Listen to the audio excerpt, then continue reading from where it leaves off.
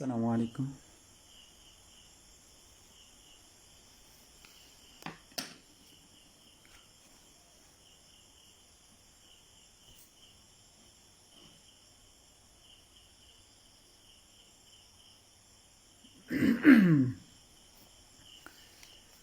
আসসালামু আলাইকুম রহমতুল্লাহ।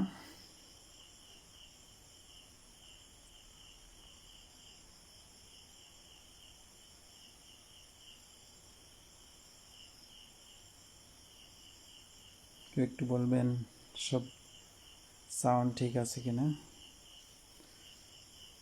যাই হোক, আজকে যে বিষয় নিয়ে কথা বলবো সেটা হচ্ছে 19তম নিবন্ধনের সিলেবাস কেমন হবে এবং পরীক্ষা পদ্ধতিটা কেমন হবে। আপনারা জানেন যে অনেক দিন পরে পরীক্ষা পদ্ধতির একটা পরিবর্তন আসতে যাচ্ছে।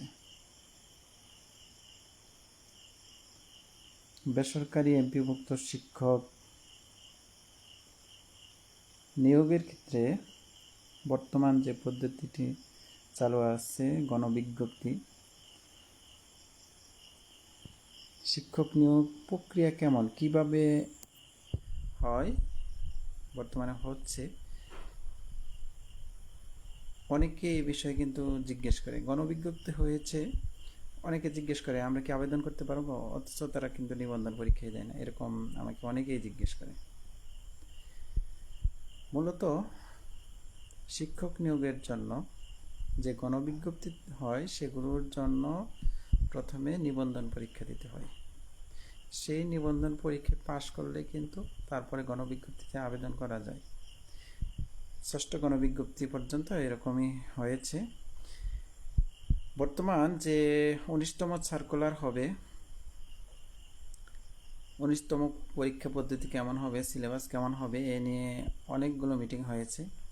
সর্বশেষ আজকে একটা মিটিং হয়েছে। এখানে যতটুকু সিদ্ধান্ত নিয়েছেন কর্তৃপক্ষ সেটি হলো যে 200 নম্বরের লিখিত পরীক্ষা হবে, আর লিখিত পরীক্ষাটি হবে এমসিকিউ পদ্ধতিতে। সেখানে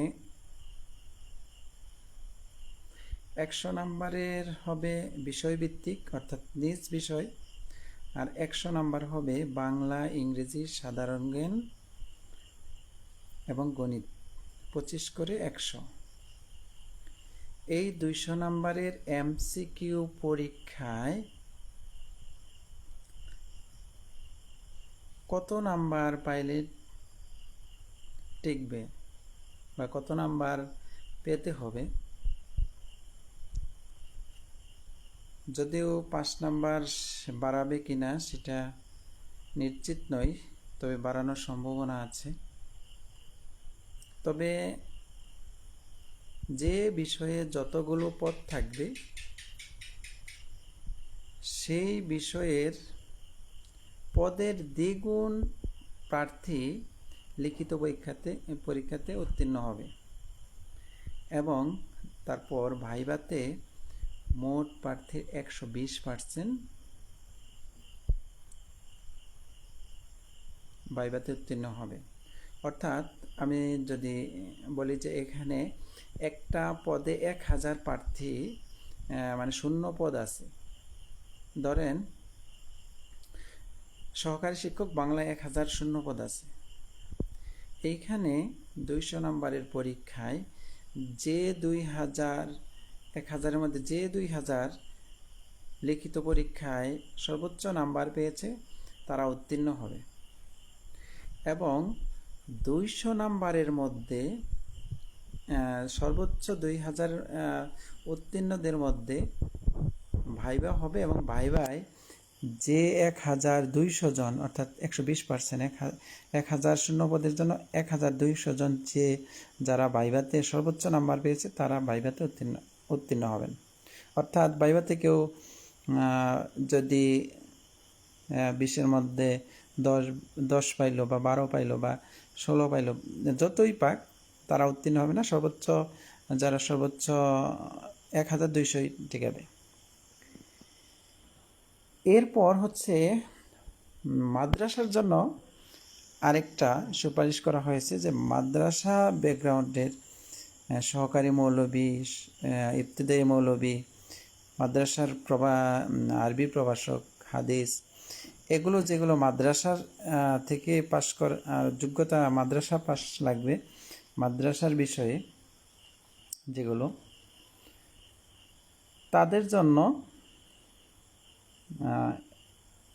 নিজ বিষয়ে পরীক্ষা হবে 140 নম্বরে। অর্থাৎ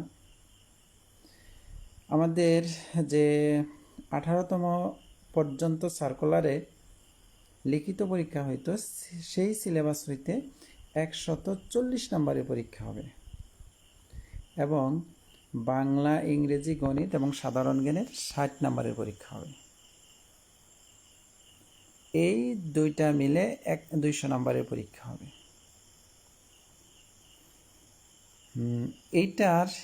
এই বিষয়টা নিয়ে মাদ্রাসার শিক্ষার্থীদের ইতিবাচক এবং নেতিবাচক দুই ধরনের মন্তব্য পাওয়া যাচ্ছে।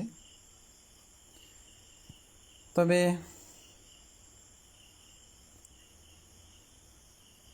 আমি এটা ইতিবাচক হিসাবেই দেখছি। এর বিভিন্ন কারণ আছে। যারা নেতিবাচক হিসাবে দেখছেন, সেই কারণগুলো আপনারা হয়তো জানেন না। এতগুলো কারণ এখন আর ব্যাখ্যা করতে চাই না। তবে এটার ইতিবাচক দিকটাই বেশি মনে করি। অনেকে বলে যে যদি আমাদের বাংলা, ইংরেজি, সাধারণ জ্ঞান, গণিতের মধ্যে অন্যান্য বিষয়টা 100 নম্বরে পরীক্ষা দেবে আর আমরা 60 নম্বরে পরীক্ষা দিই, তাহলে আমাদের যোগ্যতা নিয়ে প্রশ্ন উঠবে। আমি মনে করি যোগ্যতা আপনার নিজের। আপনি যদি অনেক যোগ্য হন, আপনি আপনার যোগ্য স্থানে অবশ্যই পৌঁছবেন। আপনি যদি যোগ্যতার সাথে আপনার প্রতিষ্ঠানের যোগ্যতার পরিচয় দেন, আপনাকে কেউ অযোগ্য বলতে সাহস পাবে না, অযোগ্য বলবে না। আপনি আরবির টিচারই হন, আর গণিতের টিচারই হন, আর ইংরেজির টিচারই হন, যদি আপনি যোগ্য হন, অবশ্যই আপনাকে যোগ্য বলতে বাধ্য। তাহলে যে বিষয়ে সিদ্ধান্ত হয়েছে সেটা হচ্ছে মাদ্রাসা বিষয়, সহকারী মৌলবী, ইবতেদায়ী মৌলবী বা আরবি প্রভাষক, ফিকহ প্রভাষক, হাদিস প্রভাষক, এই বিষয়গুলোর জন্য শুধু কি হবে, 140 নম্বর বিষয়ভিত্তিক এবং বাংলা, ইংরেজি, সাধারণ জ্ঞান, গণিতে 60, এই 200 নম্বরের লিখিত পরীক্ষা হবে। লিখিত পরীক্ষা হবে এমসিকিউ সিস্টেমে। এখন আরেকটা কথা, যে এমসিকিউ পদ্ধতি এবং লিখিত পদ্ধতি, দুইটা পদ্ধতির মধ্যে আমি কোনটা সাপোর্ট করি? আমি মনে করি লিখিত পরীক্ষা, এমসিকিউ পদ্ধতি যদি পরীক্ষা হয়, তাহলে এটাই বেস্ট হবে। কারণ কি? কারণ হিসাবে আমি যেটা মনে করি, আমি বিভিন্নভাবে বিভিন্ন দায়িত্ব পালন করে যা দেখেছি বা অভিজ্ঞতার আলোকে, এমন হয়েছে যে একই রকম পরীক্ষা দিয়েছে বা অনেকে ভালো পরীক্ষা দিয়েছে, তুলনামূলক ভালো, একই মানের খাতা কোনো পরীক্ষক মূল্যায়ন করে তাকে 80 মার্ক দেয়, আবার একই মানের খাতাকে অনেকে 60 মার্ক দেয়। বিশেষ করে 18তম নিবন্ধনে হয়তো 7-8 হাজার আরবি প্রভাষক পদে পরীক্ষা দিয়েছিল। যেহেতু অনেক পরীক্ষক খাতা দেখছেন, কেউ হয়তো চাকরির পরীক্ষার খাতা এর আগে দেখছেন কিনা, ওনারা দাখিল আলিমের যেভাবে খাতা দেখেন, হয়তো এভাবে অনেক বেশি মার্ক দিয়েছেন, অনেকে আবার অনেক কম মার্ক দিয়েছেন। এখন যদি এমসিকিউ আকারে খাতা মূল্যায়ন করা হয়, ওএমআর মেশিনে যদি খাতা মূল্যায়ন করা হয়, এই দিক থেকে কাউকে জুলুমের শিকার হতে হবে না। এই কারণে যতদূর সিদ্ধান্ত হয়েছে, জানা গেছে যে এমসিকিউ পদ্ধতিতে 200 নম্বরে লিখিত পরীক্ষা হবে। এটা মন্ত্রণালয়ে পাঠানো হচ্ছে। সেই মন্ত্রণালয় যদি সম্মতি জ্ঞাপন করে তারপরেই 19তম সার্কুলার আমরা পেয়ে যাব ইনশাল্লাহ। আরেকটা বিষয় আজকে লাইভে বলতে চাচ্ছি, সেটি হচ্ছে মাদ্রাসার শিক্ষার মানোন্নয়নে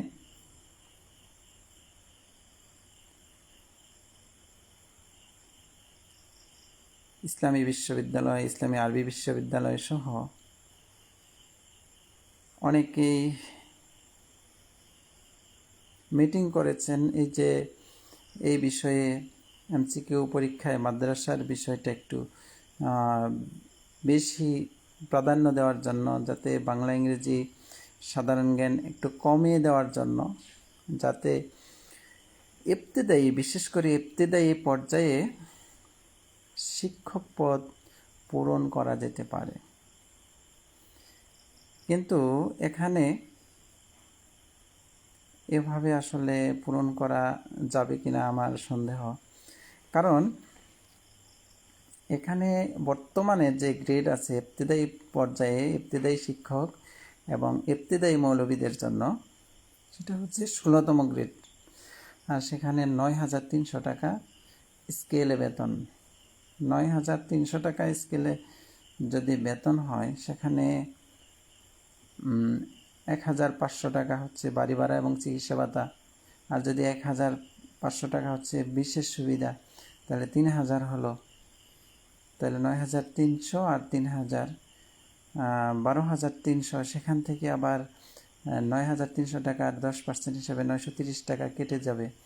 এখন যদি তাহলে বিয়োগ করলে 11,370 টাকা আসবে সম্ভবত। 11,000 টাকায় একজন শিক্ষক পরিবার চালানো এটা অত্যন্ত কঠিন, ঠিক আছে?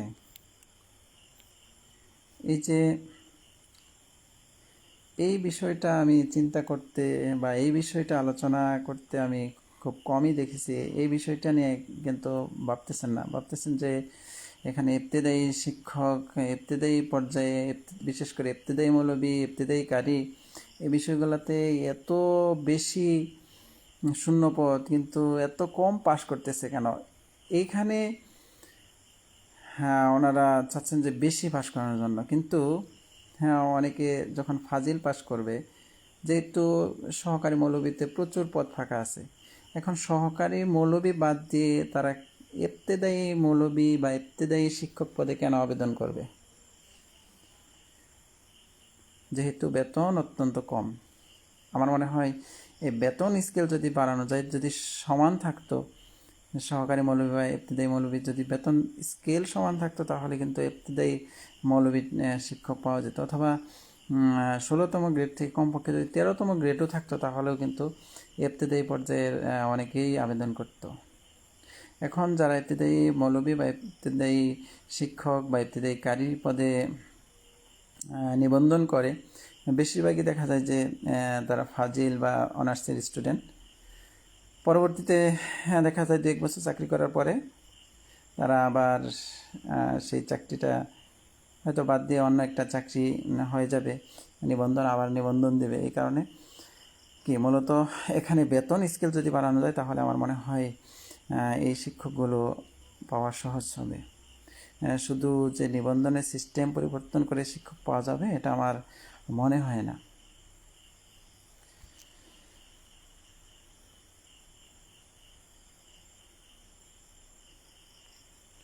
সাউন্ড কম আমার মনে হয়, এখন সাউন্ড ঠিক আছে মনে হচ্ছে। কেমন আছেন স্যার? আলহামদুলিল্লাহ ভালো আছি।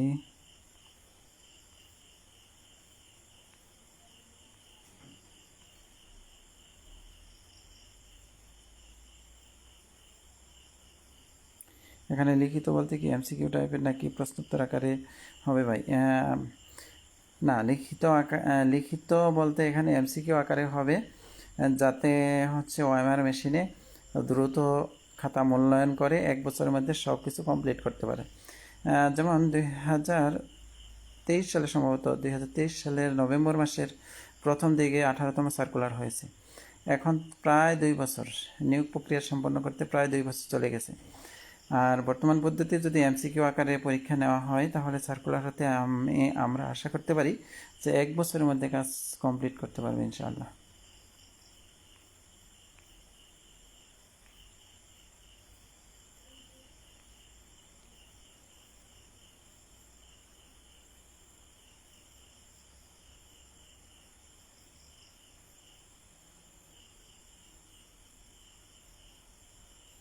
ভাই, প্রশ্ন কি এমসিকিউ আকারে হবে? জি, তাই বলা হয়েছে, তাই শুনতে পেরেছি যে প্রশ্ন এমসিকিউ আকারে হবে, যাতে মূল্যায়ন প্রক্রিয়াটা সহজ হয়, কাউকে জুলুম করা না হয়। বর্তমান যে পদ্ধতি, লিখিত আকারে পরীক্ষা হলে মূল্যায়ন কিন্তু সবাই একরকম করে না, ঠিক আছে? মূল্যায়নের বিজ্ঞপ্তি কখন হতে পারে? পরীক্ষা পদ্ধতি, সিলেবাস সম্পর্কিত এই বিষয়গুলো মন্ত্রণালয় থেকে অনুমতি পেলেই অতি দ্রুতই বিজ্ঞপ্তি হতে পারে ইনশাআল্লাহ। যেহেতু ষষ্ঠ গণবিজ্ঞপ্তির কাজও মোটামুটি কমপ্লিট হয়ে গেছে, আর কোনো কাজ নাই, বর্তমানে এনটিআরসি এর অনেকটাই সুবিধাজনক স্থানে চলে আসছে 19তম সার্কুলারের জন্য। এই কারণে আশা করতে পারি আমরা যে 19তম সার্কুলার খুব দ্রুতই হয়ে যাবে ইনশাআল্লাহ।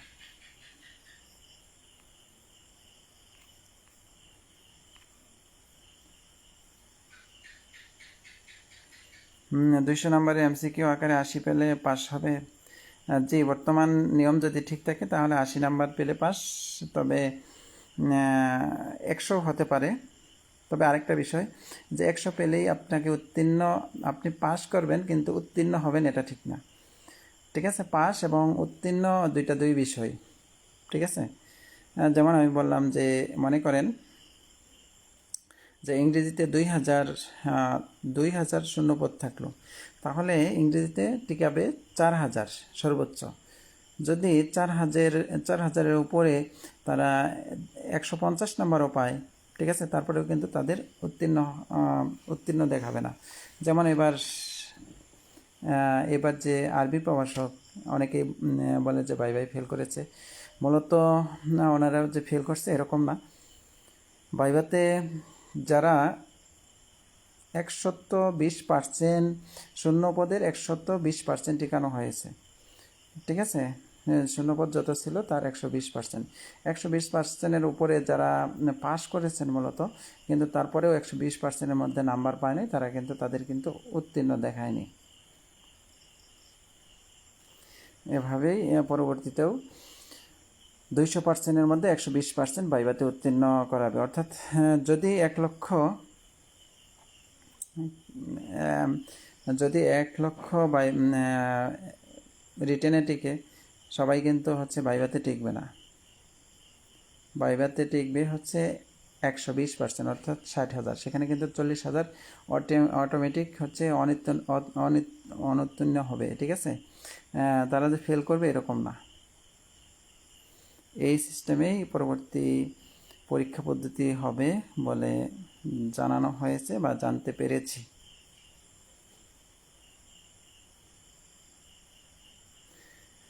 বিজ্ঞপ্তি আমরা আশা করব 1 মাসের মধ্যে বিজ্ঞপ্তি পাওয়ার একটা আশা করব, যে দ্রুতই যেন মন্ত্রণালয় থেকে এই নতুন যে পদ্ধতি, এই পদ্ধতিটা পাস হয়, তাহলে কিন্তু দ্রুতই গণবিজ্ঞপ্তি নাকি দ্রুতই 19তম সার্কুলার হয়ে যাবে। তাহলে 19তম সার্কুলারের মধ্যে আমরা যেটা পাইলাম যে 200 নম্বরের এমসিকিউ পদ্ধতিতে লিখিত পরীক্ষা হবে, লিখিত পরীক্ষার পর ভাইভা পরীক্ষা হবে। এখানে প্রিলিমিনারি বলতে কোনো পরীক্ষা হবে না। আর 200 নম্বরের মধ্যে 100 নম্বর হবে নিজের সাবজেক্ট ভিত্তিক, আর 100 নম্বর হবে বাংলা, ইংরেজি, সাধারণ জ্ঞান এবং গণিত। শুধুমাত্র মাদ্রাসার পদগুলোর জন্য 140 নম্বর হবে বিষয়ভিত্তিক নিজের সাবজেক্টের উপর, এবং বাংলা, ইংরেজি, সাধারণ জ্ঞান এবং গণিত হবে 60 নম্বরের। এটা মন্ত্রণালয় চলে যাবে। মন্ত্রণালয় হতে পাশ হলেই এই পদ্ধতিতে পরবর্তী 19তম পরীক্ষা হবে ইনশাআল্লাহ।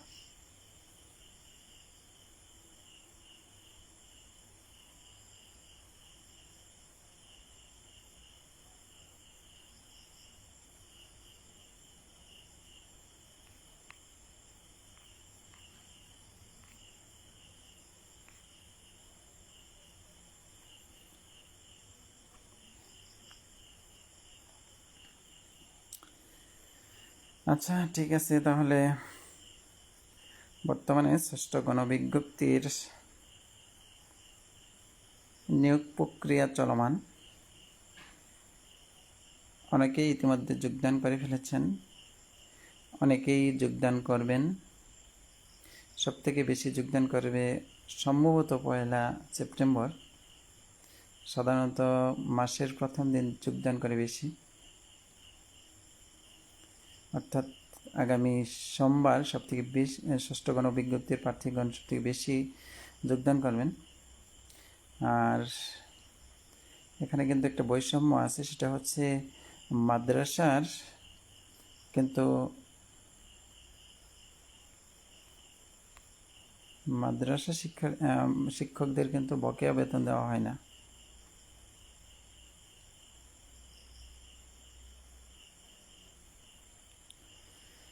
মাদ্রাসা শিক্ষকদের যেহেতু বকেয়া বেতন দেওয়া হয় না, সেহেতু আমি মনে করি যে খুব দ্রুত জয়েন করে দ্রুত এমপিওর জন্য আবেদন করা উচিত।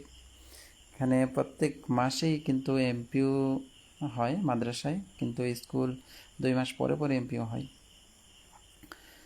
মাদ্রাসায় সেপ্টেম্বরে এমপিও পাওয়ার জন্য 1 থেকে 4 তারিখের মধ্যে কিন্তু আবেদন করতে হবে, 4 তারিখ বিকাল 5টার মধ্যে। এই কারণে আপনারা যারা মাদ্রাসায় যোগদান করবেন তারা দ্রুত কাগজপত্র সংগ্রহ করে 4 তারিখের মধ্যে আবেদন করবেন ইনশাল্লাহ। এবার শূন্যপদ সংগ্রহ করার পর বিজ্ঞপ্তি দেবে, সে হিসেবে সার্কুলার দেরি হতে পারে। শূন্যপদ সংগ্রহটা মাঝামাঝিও করা যায়। শূন্যপদ সংগ্রহ করা কিন্তু খুব বেশি ব্যাপার না। এখানে আগামী সেপ্টেম্বর মাসের 25 বা 26, 27 তারিখের মধ্যে নিয়োগ প্রক্রিয়া মোটামুটি শেষ হয়ে যাবে। তখন যদি শূন্যপদের চাহিদা নেওয়া হয় তাহলে কিন্তু নিতে বেশি দিন সময় লাগবে না। কিন্তু সার্কুলার হওয়ার পরে যেহেতু এটা কাউন্ট করতে হবে ফলাফল দেওয়ার আগে, এই কারণে ফলাফলের আগে যদি শূন্যপদের চাহিদা নেয় তাহলে আমার মনে হয় সমস্যা হবে না ইনশাল্লাহ।